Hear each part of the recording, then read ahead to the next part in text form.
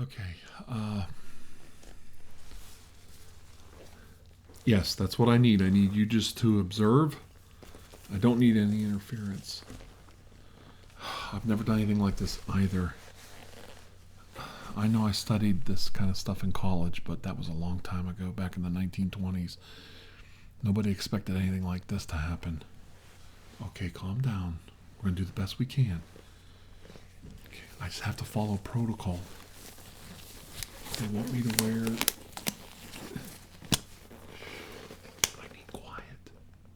You can't be saying things, because if you keep talking, you're going to frighten them. Okay? It's obvious to him that you have a weapon drawn on him. But you could shoot me too. Okay.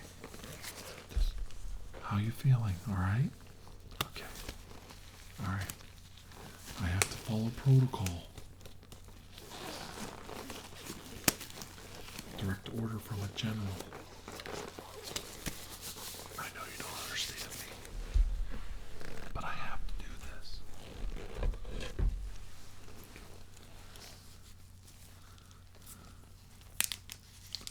All right.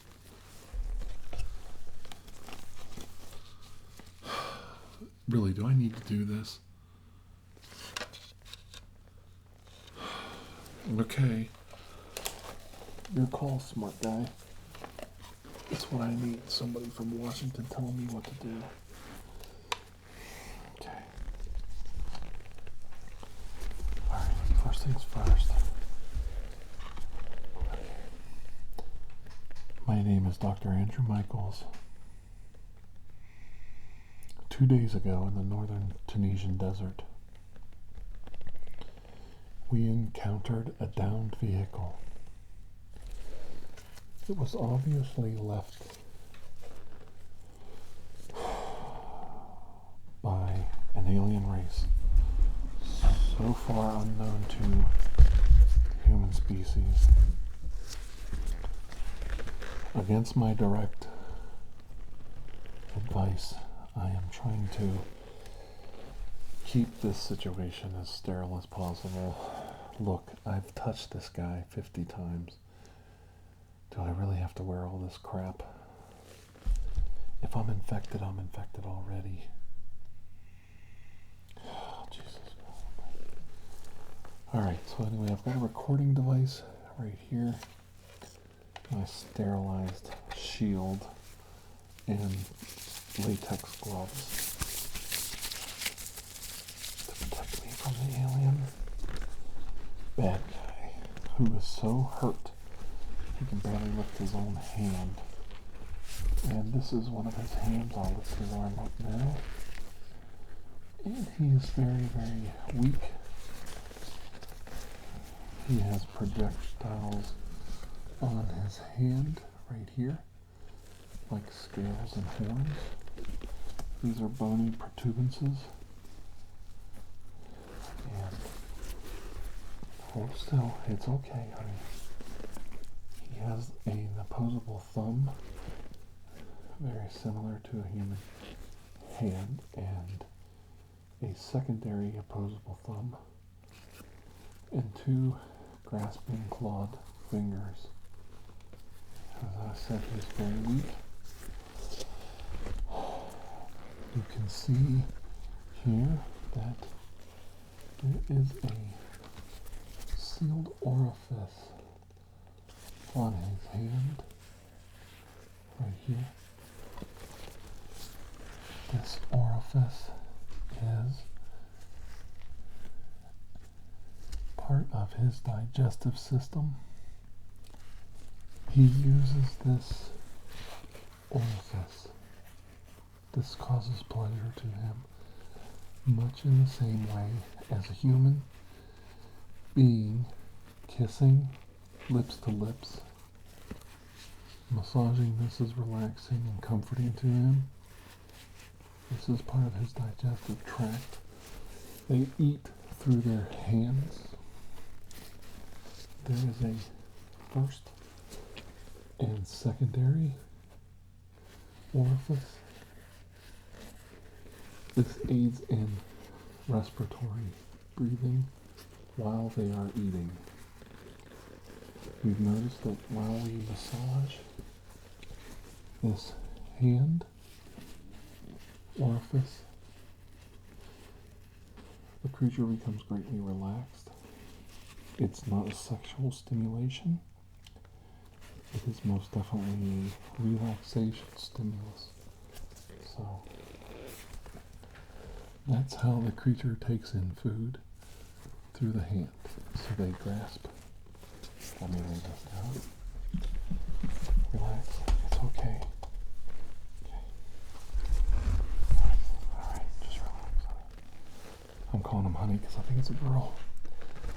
They grasp food with their clawed hands. And then they digest it, hold it, and swallow, pulling it through this orifice down their arm to their digestive tract. Very similar to the human being.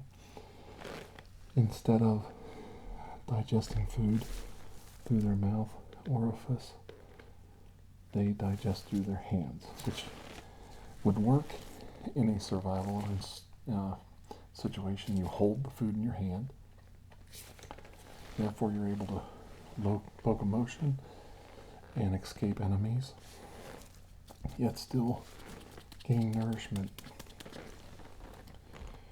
to continue on your path. So it's very interesting. Evolutionary development. I know back in Washington, evolution is somewhat frowned upon, but this is a clear instance of an alien race that has developed at the same time as the human race in a much different fashion. Now, let me have your arm again. What we have noticed about his hand is that he does not allow this to open even under stimulation. When his fingers droop like that, you can tell he's relaxed. That he doesn't feel the need to open it. When he clasps his hand, there's an automatic reaction and the orifice opens up as needed. So this is how he normally digests food, through this larger orifice, and this is one that he can use for respiration, a secondary respiratory system orifice. Now, if I may get the patient to roll over a little bit, you can see on this other hand, there you go, making sure I'm on camera, you can see the development of the tendons here. That's right. And the strong bony muscular here. What is important about his hand is that they have developed the two main grasping figures, very different from the human species, but maybe even slightly inferior. But on this part of their hand, they have developed two opposable thumbs for grasping and holding weapons and feeding their feeding zone. So there you go.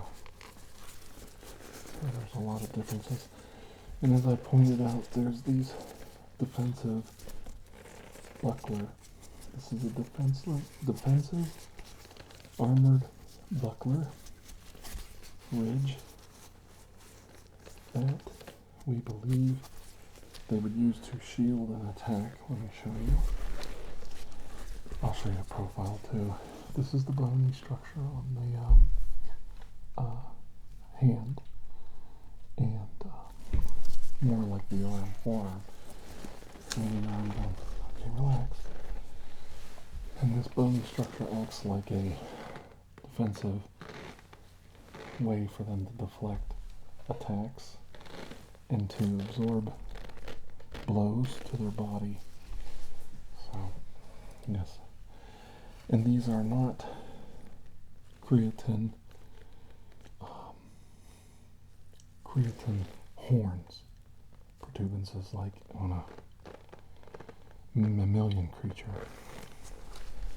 These are bone protuberances, and they're definitely a lot harder, and they go down into the actual substructure of the bone that supports the arm weight. And what we've found is they're able to use these as like almost a battering ram in an attack situation. So they hit, deflect, and then using their two claws, attack. So it's a one fell swoop attack, like this. Okay. So they can defend, attack, defend, attack. So that's how they do that. Let's see. Alright. Now, that's the end of the live patient. Okay, alright.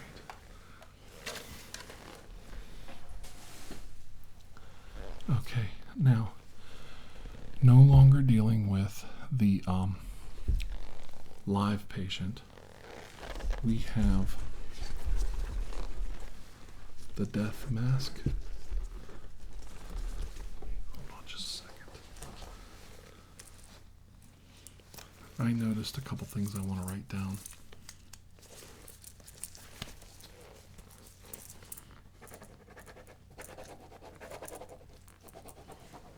Hang on.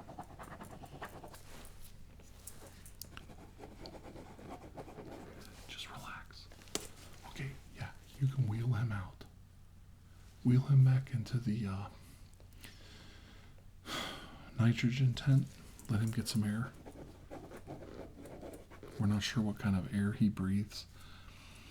On Earth, nitrogen is the most common. So we have a nitrogen, oxygen, CO, just like Earth, with a little bit of other gases. He seems to be breathing more normal in a 50 to 60% nitrogen-based environment.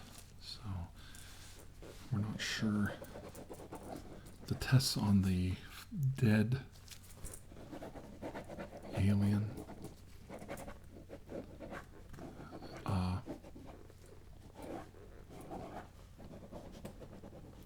have not come back conclusively yet.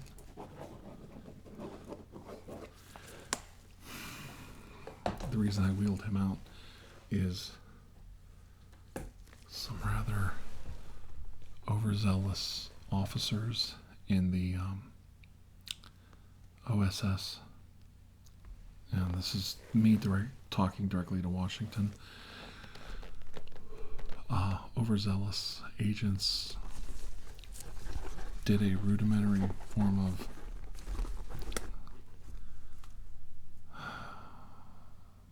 taxidermy on the fallen dead alien, and what I have here is a recasting of his death mask.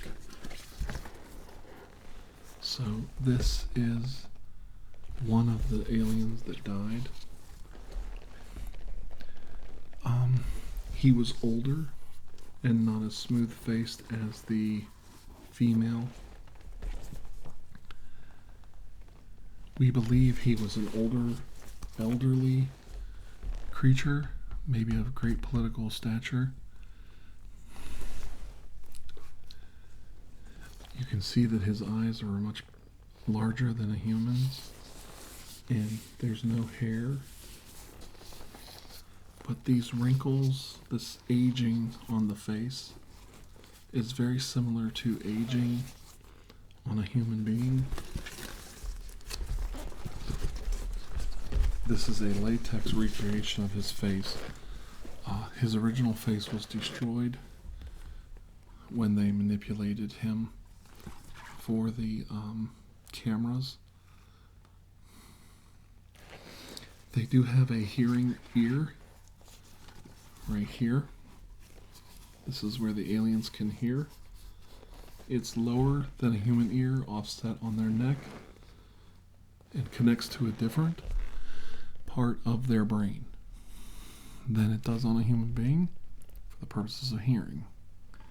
Their eyes are definitely their main organ of sensory perception, and their larger cranium is split with a dual hemispherical brain, the same as a human, but in the back area there is a protuberance of brain material in the back of their head. A third quadrant, we have a hemispherical brain, basically equivalent sections. In this case, they have a third hemisphere in the back that's highly active. The auditory sense of smell, no speaking. They do not have the power of speech. This is strictly for breathing and respiration at this point. This slit. It is also not a pleasure zone, an erogenous zone, as it is in human beings. So we don't believe they have the nerve endings to receive a kiss or taste on their tongue. Their tongue is basically non-existent, and their smell is about equivalent of a human being. Their eyesight is very different. It's binocular vision, but very different. We believe they perceive things in different wavelengths than a human or normal mammal. They may even have a echolocation radar in their eyes. We're not sure. Now, what becomes interesting is their hearing is attached to a lower part of their cerebellum that we would call the brainstem, which is basically our reptilian holdover for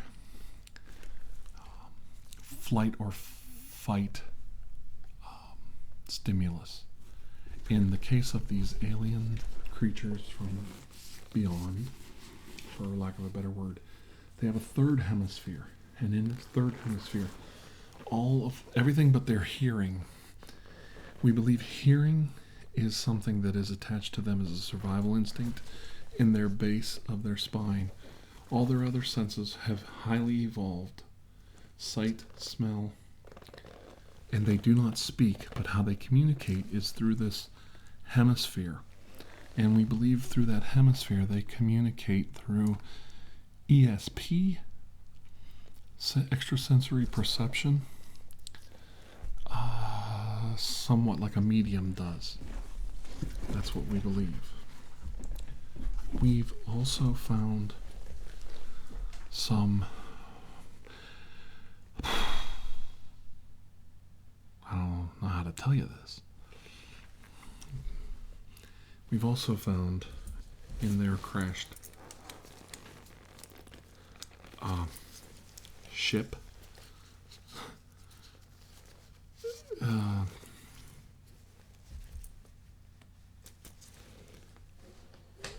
documents.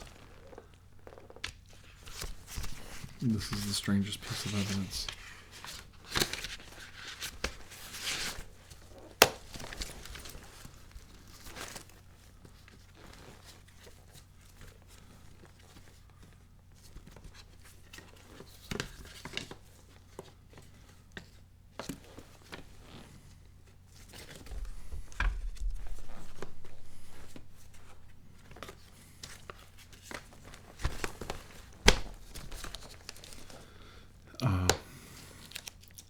Nothing on their ship was even remotely Earth appearance whatsoever.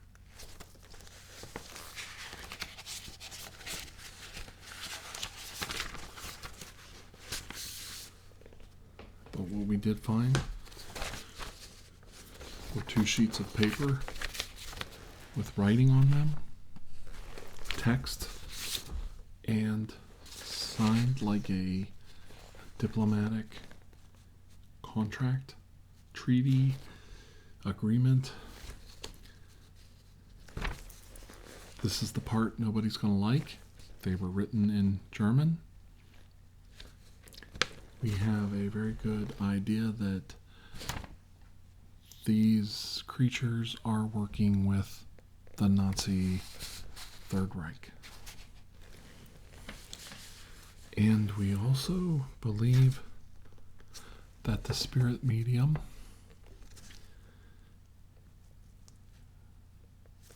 soothsayer of the Germans, Olga Hasfeld, they had her photograph in their ship. We believe they were going to land and make contact with this spirit medium, that she was their human liaison, and that they had a contract with her. And if this is true, what we have in our midst are either spies for the German Nazi Republic,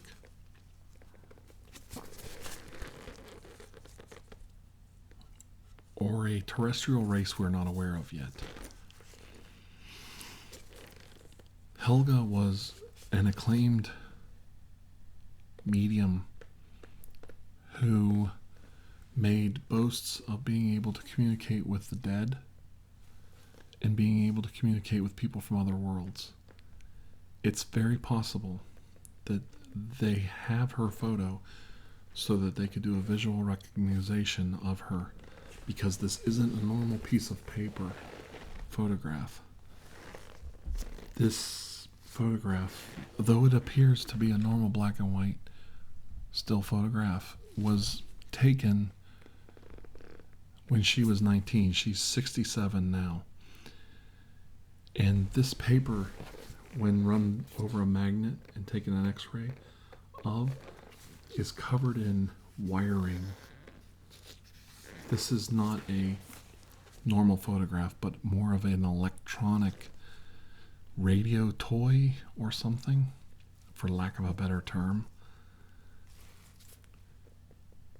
And this is not what she looks like now at all. She's an older, wiser looking, elderly 67-year-old. So we're not sure what we're dealing with at all. But from what we can read of the contract in German, they have a military deal for biological materials. And that's all we know. So it's very clear that the aliens that we have are supporting the Third Reich, to the best of my knowledge, and we need to act accordingly. So, it is in the best interest of the United States, Great Britain, and the USSR to secure this spaceship at the earliest convenience, and let's get it back to London.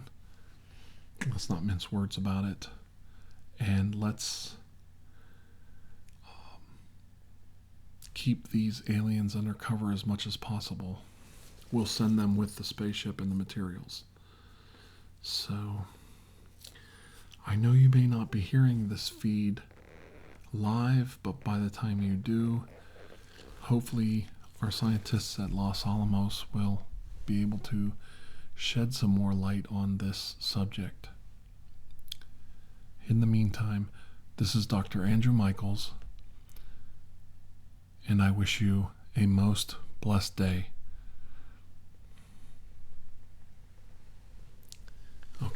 How's that?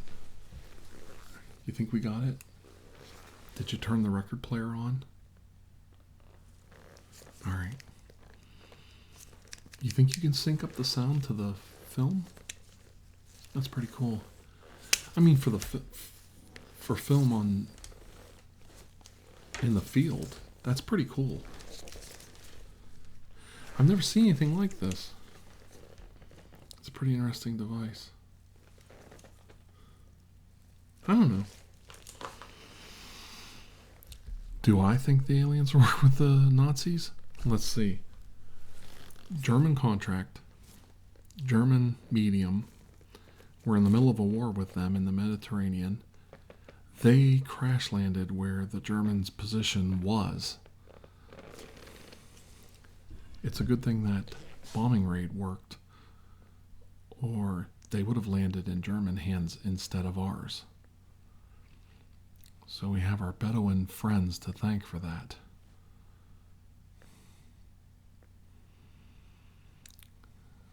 We've gotten by in this war by the skin of our teeth so far.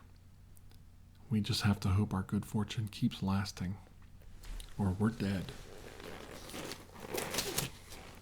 Because I got news for you right now.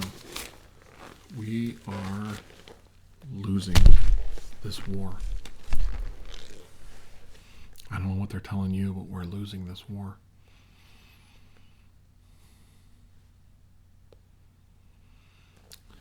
Oh.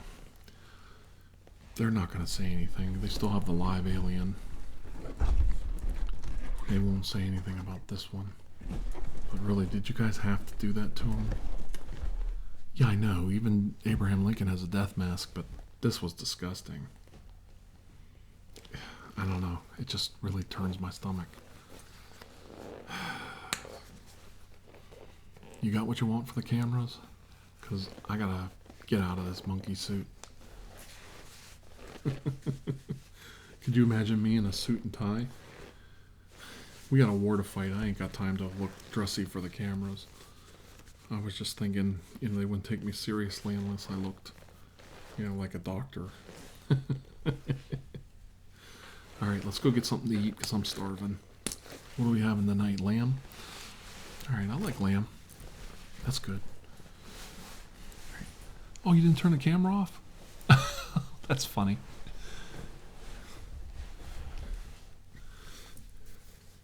You think? I don't think I look like Earl Flynn.